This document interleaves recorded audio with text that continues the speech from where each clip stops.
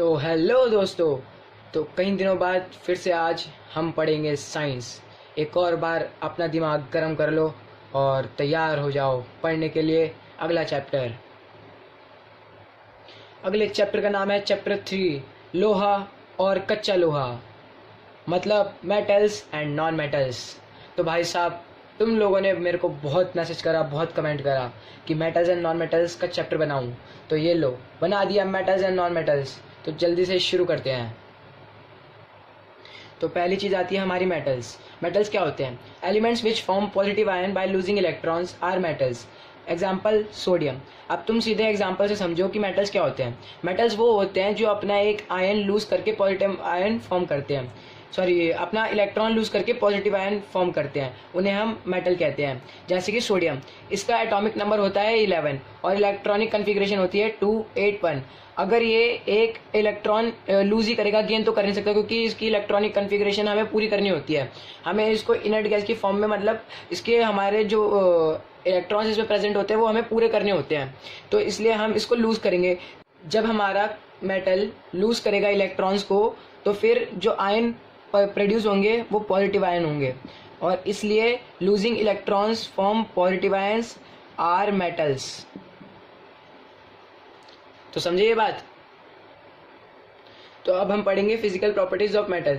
तो जो हमारी पहली फिजिकल प्रॉपर्टी है वो है ये लस्ट्रस होते हैं। लस्ट्रस मतलब उनका जो सरफेस होता है वो बहुत ही ब्राइट और शाइनिंग होता है, यानी चमकदार होता है। इसके एग्जांपल है गोल्ड, सिल्वर, प्लेटिनम। जैसे कि तुमने देखा होगा कि वो कितने चमकते हैं, कितना शाइन मारते हैं जब नए नए होते हैं। तो अगली हमारी प्रॉपर्टी है हार्डनेस। हार्डनेस यानी कि मेटल्स, जैसे कि तुम्हें पता ही होगा कि कितने हार्ड होते हैं। हाँ यार, हार्ड, बहुत हार्ड। आजकल तो यार ये रैप वगैरह ने सबको खराब करके रख रखा है। अब तो भाई मेरे घर में काम करने वाले लोग भी बहुत हार्ड करते रहते हैं, मतलब कुछ काम नहीं, जबरदस्ती बहुत हार्ड। ये गली बॉय ने यार पूरा मतलब माहौल ही खराब कर दिया। आसपास का सारे बच्चे भी, मतलब बच्चे भी रैप गाते हैं। क्या जमाना आ गया है। तो चलो आगे बढ़ते हैं। मेटल की तीसरी प्रॉपर्टी होती है डक्टाइल, यानी मेटल बहुत डक्टाइल होते हैं, यानी कि उनको वायर्स की शेप में हम मेल्ट करके उनको वायर्स की शेप में डाल सकते हैं। और जैसे कि तुम्हें बता दूं कि गोल्ड जो होता है वो मोस्ट डक्टाइल मेटल होता है, तो ये याद रखना कि gold is most ductile metal, कि उनको जितना लंबा खींचेंगे वो उतना ही लंबा खींचती जाएगी वायर्स की फॉर्म में। अगली है मेलिएबल, यानी मेटल्स को हम मार मार के इनको शीट्स की फॉर्म में ला सकते हैं, यानी कि हम इसको पतला और पतला बना सकते हैं। अगली प्रॉपर्टी है सोनोरस, यानी कि जब भी हम मेटल से कुछ और चीज मारेंगे मेटल के ऊपर तो ये साउंड प्रोड्यूस करता है। जैसे कि तुम्हें पता होगा कि तुम्हारे स्कूल में जो इलेक्ट्रिक बेल है उसके ऊपर जो इलेक्ट्रिक बेल होती है वो मेटल की बनी होती है, और जब उस पर मारते हैं तो फिर वो साउंड प्रोड्यूस करती है, जिससे तुम्हें पता चलता है कि रिसर्च हो गई या साइंस वाले या टीचर का पीरियड हो गया है। वैसे तुम लोगों को एक बात बताता हूँ, तुम्हें लगता होगा कि अगर मैं साइंस के चैप्टर्स तुम्हें प्रोवाइड करा रहा हूँ तो मेरा फेवरेट सब्जेक्ट साइंस है। नहीं भाई, मेरा फेवरेट सब्जेक्ट तो मैथ्स है यार, मतलब मजा ही आ जाता है बिल्कुल। क्या सब्जेक्ट है यार, मतलब बढ़िया। और मेटल की लास्ट प्रॉपर्टी जान लो कि metals good conductor of heat होते हैं और वो इलेक्ट्रिसिटी भी कंडक्ट करते हैं। बस, तो यहाँ पर हमारी 7 प्रॉपर्टीज हो गई मेटल्स की। अब हम आगे बढ़ते हैं। अब हम पढ़ेंगे केमिकल प्रॉपर्टीज ऑफ मेटल। तो पहली जो केमिकल प्रॉपर्टी है वो है reaction of metal with oxygen. अब जब मेटल ऑक्सीजन के साथ रिएक्ट करेगा तो वो फॉर्म करेगा मेटल ऑक्साइड। एग्जांपल से समझो, जब एल्यूमिनियम रिएक्ट करेगा ऑक्सीजन के साथ तो फॉर्म करेगा एल्यूमिनियम ऑक्साइड, और इसको तुम जब बैलेंस करोगे तो बनेगा 4 aluminium 3O2 equal two gives 2 Al2O3, यानी कि aluminium plus oxygen gives aluminium oxide. और दूसरा एग्जांपल लो, copper plus oxygen gives copper oxide. इसको बैलेंस कर देते हैं हम, 2 copper plus oxygen gives 2 copper oxide. तो ये तुम्हें समझ में आया, जब मेटल ऑक्सीजन के साथ रिएक्ट करता है तो मेटल ऑक्साइड फॉर्म करता है। और ये है पहली property, chemical property of metal, reaction of metal with oxygen. और अब एक और बात समझ लो, जो मेटल ऑक्साइड होते हैं, metal oxides are basic in nature, यानी कि उनका नेचर बेसिक होता है। और ये तुम्हें ध्यान रखना है क्योंकि ये बहुत, इसके ऊपर बहुत इंपॉर्टेंट 1-2 नंबर का क्वेश्चन बन सकता है कि metal oxides are basic in nature. तुम्हें कभी भी क्वेश्चन डायरेक्ट नहीं आएगा, तुम्हें घुमा फिरा के क्वेश्चन आएगा, तो तुम्हें क्वेश्चन समझना पड़ेगा और तुम्हारे दिमाग में वो आंसर रेडीमेड होना चाहिए। यानी कि तुम्हें आंसर तो पता होगा पर फिर भी तुम क्वेश्चन को बता नहीं पाओगे क्योंकि वो घुमा फिरा के पूछेगा। इसलिए पहले सब याद करो, उसके बाद क्वेश्चन की लैंग्वेज को समझो, उसके बाद आंसर दो। अब आगे बढ़े उससे पहले तुम एक बात समझ लो, एक क्वेश्चन बनता है 1 या 3 नंबर का, पता नहीं कितने नंबर का आएगा, पर ये क्वेश्चन बहुत इंपॉर्टेंट है। इस बात को तुम गांठ बांध लो कि ये क्वेश्चन इंपॉर्टेंट है कि पूछा जाएगा व्हाट इज एम्फोटेरिक ऑक्साइड। अब तुम सोचोगे कि ये क्या है नया शब्द, एम्फोटेरिक ऑक्साइड। अब इसका आंसर सीधा सीधा से याद कर लो और रट लो इसको। Some metal oxide show both acidic and basic nature. पहले क्या हमने पढ़ा था कि मेटल ऑक्साइड जो होते हैं वो बेसिक इन नेचर होते हैं, पर अब ये हमें बता रहा है कि some metal oxide show both acidic and basic nature. Such metal oxide reacts with acids as well as bases are called amphoteric oxide. Example aluminium oxide and zinc oxide. मैं बार बार जोर देकर बता रहा हूं तुम्हें कि aluminium oxide and zinc oxide are called amphoteric oxide. यानी कि ये एसिडिक नेचर भी और बेसिक नेचर दोनों शो करते हैं, और ये जो मेटल ऑक्साइड होते हैं वो एसिड के साथ भी रिएक्ट करते हैं और बेसिस के साथ भी रिएक्ट करते हैं। और ये क्वेश्चन बहुत इंपॉर्टेंट है, इसको रट लो अच्छे तरीके से। अब एम्फोटेरिक का जो मैंने कहा था कि तुम्हें 3 नंबर का आ सकता है, अगर 3 नंबर का क्वेश्चन ऐसे एम्फोटेरिक का आया तो तुम्हें उसमें एग्जांपल देना पड़ेगा। बिना एग्जांपल के तुम्हें सिर्फ 1 नंबर मिलेगा, और जब तुम्हें सब आता होगा उसके बाद भी तुम्हारे 3 नंबर नहीं आएंगे तो तुम्हें बहुत बुरा रहेगा। तो उसका एग्जांपल तुम यहाँ जान लो। एम्फोटेरिक ऑक्साइड जैसे मैंने बताया था तुम्हें एल्यूमिनियम ऑक्साइड होता है, ये दोनों बेसिक और एसिडिक नेचर शो करता है, और यहाँ पर जब हम इसको एसिड के साथ रिएक्ट करते हैं तो ये बेसिक नेचर फॉर्म करता है और फॉर्म करता है सॉल्ट प्लस वाटर। ठीक है, जैसे कि तुम्हें पता होगा न्यूट्रलाइजेशन रिएक्शन केमिकल रिएक्शन में अगर तुमने पढ़ा होगा तो। और जब हम एल्यूमिनियम ऑक्साइड को बेस के साथ रिएक्ट करते हैं तो फिर यहाँ पर ये एसिडिक नेचर शो करता है, और वहाँ पर बेसिक जब ये एसिड के साथ रिएक्ट करता है तो यहाँ पर बनना सॉल्ट और प्लस वाटर ही है, क्योंकि ये एक न्यूट्रलाइजेशन रिएक्शन है। और यहाँ पर इन दोनों ही इक्वेशंस को रट लो, याद कर लो। इन दोनों इक्वेशंस को तुम्हारी बुक में लिखी हुई है, और इसको इस स्पेशल वर्ड को NaAlO2 इसको कहते हैं सोडियम एल्यूमिनेट। इसको याद कर लेना, अक्सर बच्चे इसमें गलती करते हैं। अब अगली हमारी यहाँ प्रॉपर्टी आती है, chemical property, reaction of metal with water. Metal plus water gives metal oxide plus hydrogen, and metal oxide plus water gives metal hydroxide। metal hydroxide, metal plus water, metal oxide plus hydrogen, metal oxide plus water gives metal hydroxide। और आगे जो मैं तुम्हें अब example के साथ बताने जा रहा हूँ वो थोड़ा कंफ्यूजिंग होने वाला है, और ध्यान से सुन लो। मैं तुम्हें ये सब किताब से पढ़ा रहा हूँ, मैं तुम्हें बिल्कुल भी गुमराह नहीं कर रहा। अब तुम थोड़ा कंफ्यूज हो सकते हो तो उसको ध्यान से समझना। Metal plus water gives metal oxide plus hydrogen, metal oxide plus water gives metal hydroxide. अब तुम्हें एग्जाम्पल बता रहा हूँ, सुनो।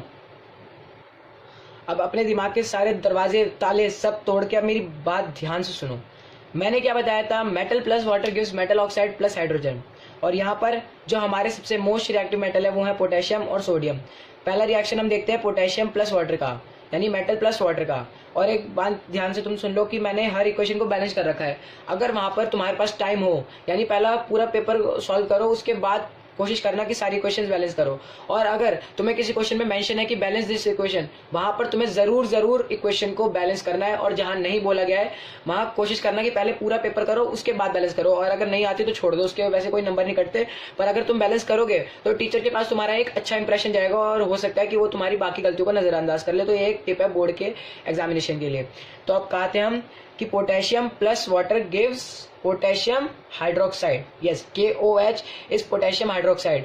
बट होना क्या था फॉर्मूले के हिसाब से, metal plus water gives metal oxide plus यहाँ पर हो क्या रहा है, metal plus water gives metal hydroxide. ये बहुत कंफ्यूजिंग था, मेरे को भी एक हफ्ता इस चीज को समझने में लग गया था क्या है ये, पर मैंने इसको रटा ही बाद में, क्योंकि ये कुछ लॉजिक इसका समझ नहीं आया।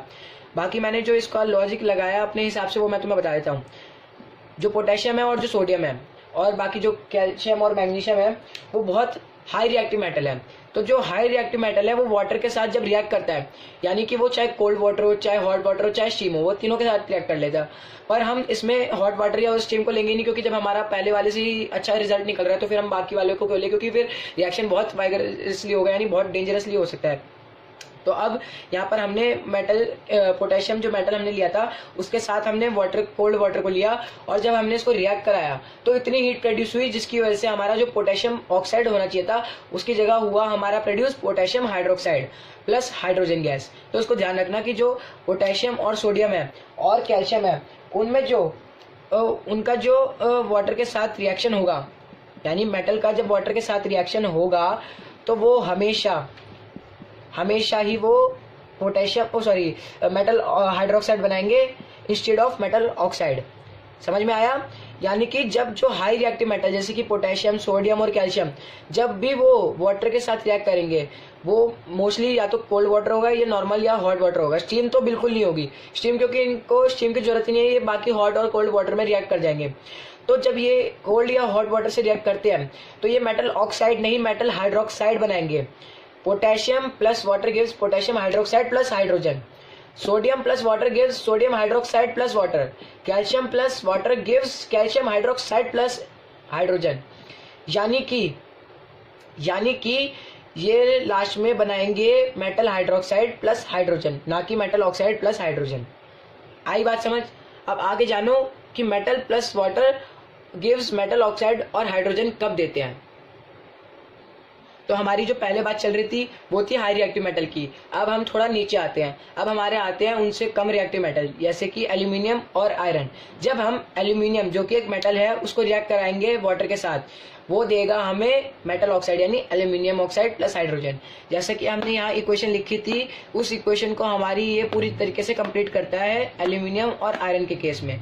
Iron plus water gives iron oxide plus H2 यानी कि हाइड्रोजन। तो यहाँ पर तुम एक बात समझ लो कि जो लो रिएक्टिव मेटल है उनके साथ जब वाटर रिएक्ट करता है तब तो यहाँ पर मेटल ऑक्साइड प्लस हाइड्रोजन बनता है, पर जब यही केस हाई रिएक्टिव मेटल के साथ होता है वाटर के साथ रिएक्ट करने में तब वो मेटल हाइड्रोक्साइड फॉर्म करता है इंस्टेड ऑफ मेटल ऑक्साइड के। तो यहाँ पर एल्यूमिनियम और आयरन के केस में एल्यूमिनियम ऑक्साइड और आयरन ऑक्साइड बनता है, ना कि बनता है पोटेशियम हाइड्रोक्साइड और सोडियम हाइड्रोक्साइड जैसे वाला केस। तो यहाँ पर तुम्हें ये चीज क्लियर हो जानी चाहिए कि कहाँ पर मेटल हाइड्रोक्साइड बनता है और कहाँ मेटल ऑक्साइड बनता है। अब ये बात समझ लो कि कौन से ऐसे मेटल्स हैं जो कि वाटर के साथ रिएक्ट नहीं करते। लेड, कॉपर, सिल्वर और गोल्ड वाटर के साथ रिएक्ट नहीं करते, चाहे वो वाटर कोल्ड वाटर हो, चाहे वो हॉट वाटर हो, चाहे वो स्टीम हो। और हाँ, एक और बात समझ लो, जो एल्यूमिनियम और आयरन का मैंने एग्जांपल दिया था, एल्यूमिनियम और आयरन भी जो रिएक्ट करते हैं वो सिर्फ स्टीम के साथ करते हैं, वो ना तो कोल्ड वाटर के साथ रिएक्ट करते हैं ना ही हॉट वाटर के साथ रिएक्ट करते हैं। इसलिए जब वो स्टीम के साथ रिएक्ट करते हैं जब भी जो उनका जो रिजल्ट निकल कर आता है वो मेटल ऑक्साइड निकल कर आता है। अब यहाँ पर हमारी जो अगली प्रॉपर्टी है वो है reaction of metal with acids. ये हमने केमिकल रिएक्शन एंड इक्वेशन में भी पढ़ रखा है, पर यहाँ पर मैं तुम्हें एक बार रिवाइज करने के लिए दोबारा से बता रहा हूँ। Metal plus acid gives salt plus hydrogen, और इसका एग्जांपल है zinc plus HCl gives zinc chloride plus H2। अब तुम्हें मैं एक खुशखबरी बताता हूँ कि यहाँ पर हमने मेटल्स पूरा खत्म कर लिया है। हमने पहले इसकी फिजिकल प्रॉपर्टीज पढ़ी, फिर उसकी केमिकल प्रॉपर्टीज पढ़ी, और यहाँ पर हमारा मेटल खत्म हो चुका है। अब बस यहाँ पर 2 क्वेश्चन बनते हैं और उसको ध्यान से सुन लो। अब हम जानते हैं कि एनोडाइजिंग क्या होता है। एनोडाइजिंग एक प्रोसेस है जिसमें हम एल्यूमिनियम के ऊपर एक थिक ऑक्साइड की लेयर चढ़ाते हैं, उस प्रोसेस को हम एनोडाइजिंग कहते हैं। अब हम एनोडाइजिंग क्यों करते हैं और इसके क्या फायदे हैं? हम एनोडाइजिंग एल्यूमिनियम को कोरोजन से बचाने के लिए करते हैं। अब एल्यूमिनियम कोरोड नहीं होगा तो यानी उसको कई सालों तक हम यूज कर पाएंगे, वो खराब नहीं होगा, उस पर जंग नहीं लगेगा, एक्सेट्रा एक्सेट्रा। और जो एनोडाइजिंग का प्रोसेस है वो सिर्फ एल्यूमिनियम पर ऑक्साइड लेयर चढ़ाने का ही होता है, सिर्फ एल्यूमिनियम पर। अब हम जानेंगे एक्वा रिजिया के बारे में। एक्वा रिजिया जो होता है ये एक मिक्सचर होता है जिसमें हम डालते हैं हाइड्रोक्लोरिक एसिड और नाइट्रिक एसिड। अब इसमें जो अमाउंट होती है वो हाइड्रोक्लोरिक एसिड की 3 होती है और नाइट्रिक एसिड की 1 होती है, यानी 3:1 की रेशियो में हम इसको मिक्स करके एक सॉल्यूशन बनाते हैं, उसको हम एक्वा रिजिया कहते हैं। और ये इतना पावरफुल होता है कि ये गोल्ड को भी डिजोल्व कर देता है और ये हाईली कोरोसिव होता है। ठीक है, तो ये 3 पॉइंट्स मैंने तुम्हें बता दिए एक्वा रिजिया के। अब यहाँ पर हमारे मेटल्स का काम खत्म होता है और लास्ट में तुम बस मेरे से एक बात और जान लो जो कि है रिएक्टिविटी सीरीज। वैसे तो रिएक्टिविटी सीरीज जो थी वो मैं तुम्हें बता चुका हूँ केमिकल रिएक्शन एंड इक्वेशन वाले चैप्टर में, पर जिन बच्चों को याद नहीं है वो एक बार दोबारा सुन लो, इसलिए मैं तुम्हें इस बार बीच में नहीं लास्ट में बता रहा हूँ। अब रिएक्टिविटी सीरीज है potassium, sodium, calcium, magnesium, aluminium, zinc, iron, lead, hydrogen, copper, mercury, silver, gold. और यहाँ पर जो ऊपर वाले हैं वो मोर रिएक्टिव देन हाइड्रोजन है ऊपर वाले, और ये नीचे वाले लेस रिएक्टिव देन हाइड्रोजन, और ये डिक्रीज हो रहे हैं ऐसे में, और यहाँ पर हमारा मेटल्स खत्म होता है। जाओ आराम करो, और आज के लिए तुम्हारी छुट्टी। अब मिलता है तुमसे अगले एपिसोड में। भाई लोगों, आज तो मुंबई इंडियंस वर्सेस सीएसके का मैच है, और मेरी पूरी विशेष मुंबई इंडियंस के साथ है। जय महाराष्ट्र। तो मिलते हैं तुमसे अगले एपिसोड में। Bye bye.